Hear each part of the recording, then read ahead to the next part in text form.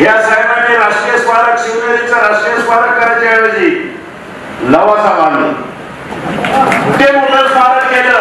याचं उत्तर काय होतं? नंतर आम्हाला प्रश्न विचार, 15 वर्ष तुमचं सरकार असताना तुम्हाला काही जमलं नाही. आज दुसरा एक प्रश्न विचारला जातो की 15 वर्षामध्ये मी काय केलं. माझं जाहीर आव्हान आहे, राष्ट्रवादीचे आतापर्यंत होऊन गेलेले जेवढे खासदार आहेत,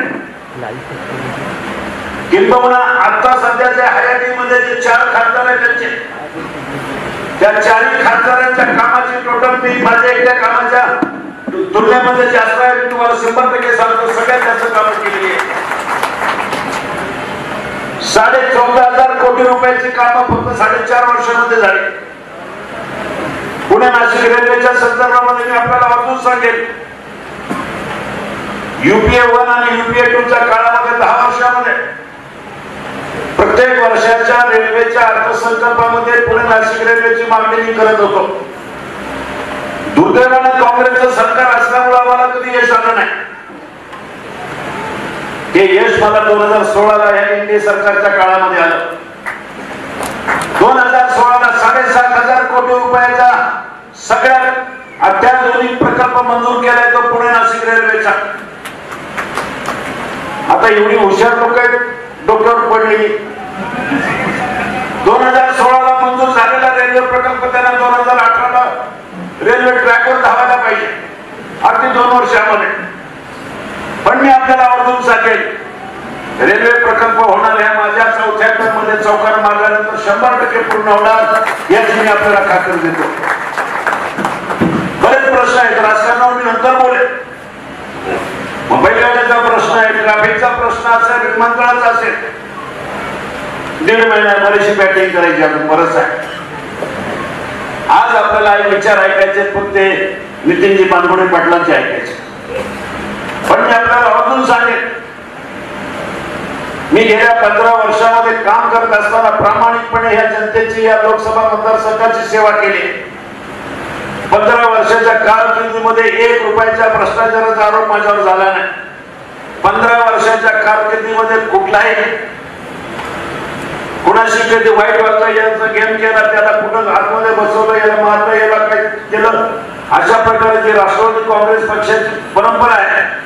त्याच्यामध्ये एक सुद्धा आरोप किंवा एक सुद्धा प्रत्यारोप माझ्यावर होऊ शकत नाही. अशा प्रकारची कारकीर्द माझी राहिलेली आहे. 15 वर्ष घरोघरी मी लोकांच्या गोरगरिबांच्या घरोघरी सुखदुःखामध्ये सहभागी होण्याचा प्रयत्न केलेला आहे. महाराष्ट्रात नव्हे तर देशामध्ये सगळ्यात जास्त दांडगा लोकसंपर्क असलेला मी खासदार आहे.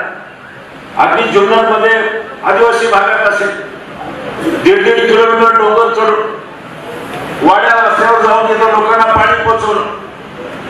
पूर्वी खेड लोकसभा मतदारसंघाचा खासदार असताना भोर तालुक्यामध्ये, मावळ मुळशी तालुक्यामध्ये तिथं सुद्धा डोंगरावर जाऊन लोकांच्या घरोघरी त्यांच्या समस्या समजून घेण्याचं काम केलंय. आणि ह्या विश्वासाच्या जोरावर, या विश्वासाच्या नात्यावर लोकांनी मला 3 वेळा निवडून दिले. आणि ह्या वेळेला सुद्धा मला पूर्ण खात्री आहे सर्वाधिक जास्त मताधिक्याने ह्या वेळेला मला लोक आशीर्वाद देतील, अशीच मी अपेक्षा व्यक्त करतो. आणि जास्त काही न बोलता मी बानगुडे पाटलांना जास्त बोलण्याची संधी मिळावी म्हणून मी या ठिकाणी मी 2 शब्द संपवतो. परंतु जाता एवढं सांगेल, आज आमच्या भोसरी विधानसभा मतदारसंघातल्या सर्व पदाधिकाऱ्यांनी आणि शिरूर लोकसभा मतदारसंघातल्या सर्वांनी एक चांगल्या कार्यक्रमाचं नियोजन केलं.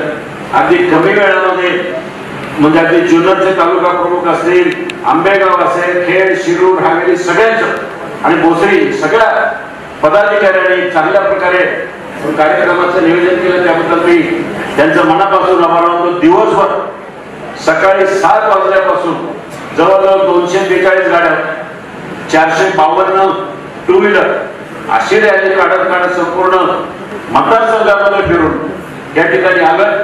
आणि हे करत असताना तुमच्या सगळ्यांचं सहकार्य लाभलं. मी जाताना एवढं सांगेन की आता आपल्याला 42 दिवस बाकी आहे. आपण गाफील राहता कामा नये.